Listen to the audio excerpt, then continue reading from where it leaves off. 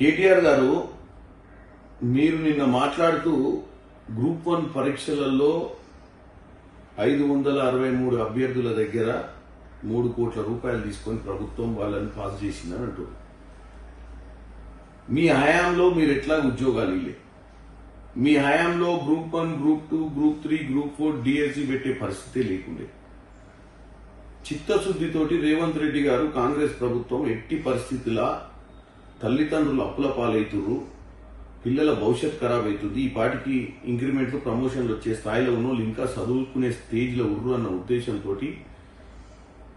అత్యవసరంగా, అంటే చాలా వరకు నిపుణులు, న్యాయ నిపుణులతో సలహాలు తీసుకొని ఎట్టి పరిస్థితుల్లో ఎవ్వరు కూడా అడ్డంకులు వేయొద్దన్న మంచి సదుద్దేశంతో ఇలా గ్రూప్ 1 పరీక్షలు కండక్ట్ చేశారు.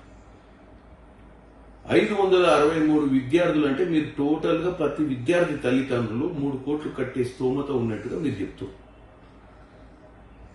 మీ హయాంలో ఎవరికి ఉద్యోగాలు రాలేదు, మీకు ఓటేయని ప్రజలు ఎవడు బాగుపడొద్దు, మీకు ఓటేయని ప్రజలకు బుద్ధి చెప్పాలి, మీకు ఓటేయని ప్రజలను ఉద్యోగాలు రావద్దు, సన్నబియ్యం తినొద్దు, ఇల్లులు రావద్దు, ఏం కావద్దు, పశ్చాత్తాపడాలి బీఆర్ఎస్ ఓటేయనందుకు అన్న ఉద్దేశం మీలో కనపడుతుంది తప్ప తెలంగాణ తత్వం పోయింది.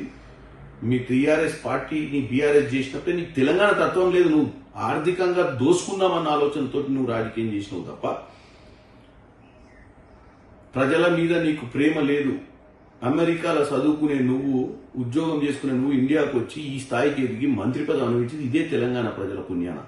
వాళ్ళ పిల్లలకు 563 మంది ఉద్యోగాలు వస్తే ఆ తల్లిదండ్రులు, అప్పుల పాలైన తల్లిదండ్రులు గోస అయినాల్సిన అవసరం ఉంది. నువ్వు వాళ్ళందరినీ కూడా మీరు మీ రాజకీయ ఉద్దేశంతో ఇలా ప్రభుత్వాన్ని దూషిస్తలేరు, మీరు ఆ తల్లిదండ్రులను వ్యతిరేకంగా మాట్లాడుతున్నారు. ఇలా తల్లిదండ్రులకే నేను అప్పీల్ చేస్తున్నా మీడియా ద్వారా, మీరు వచ్చి తెలంగాణ ప్రజలను వీళ్ళు తప్పుతో పట్టిస్తున్నారు. మీ 563 విద్యార్థుల తల్లిదండ్రులు ఎంత ఆర్థిక పరిస్థితి ఉందో ఇలా మీరు తెలియజేయాల్సిన అవసరం. తెలంగాణలో 3 కోట్లు కట్టే పరిస్థితి మీకుంటే నిజమా కాదా తెలియాలి మీరు. అంటే ఈ 563 గ్రూప్ 1 వచ్చిన తల్లిదండ్రులు ఈరోజు నా వీడియో విన్న తర్వాత, నేను మాట్లాడిన ఈ నోట్ విన్న తర్వాత తక్షణమే మీరు ఎక్కడుంటే అక్కడ మీరు కూడా వీడియోలు చేసి రిలీజ్ చేయండి. మీ ఆర్థిక స్తోమతని చెప్పండి. మీరు 3 కోట్లు ఇచ్చే అర్హత మీ దగ్గర ఉందా, ఆ స్థాయి మీకుందా ఇవాళ చెప్పాల్సిన అవసరం ఉంది. ఇవాళ ఇది కాంగ్రెస్ పార్టీ, బీఆర్ఎస్ పార్టీ, అధికారంలో ఉన్న పార్టీ, అధికారం లేని పార్టీ సమస్య కాదు, మన బిడ్డల సమస్య. రోడ్డు మీదకి రావాలి, ప్రెస్ మీట్లు పెట్టాలి, ప్రెస్ క్లబ్ లో కూర్చొని కేటీఆర్ చెప్పు దెబ్బలు కొట్టాలి మీరు.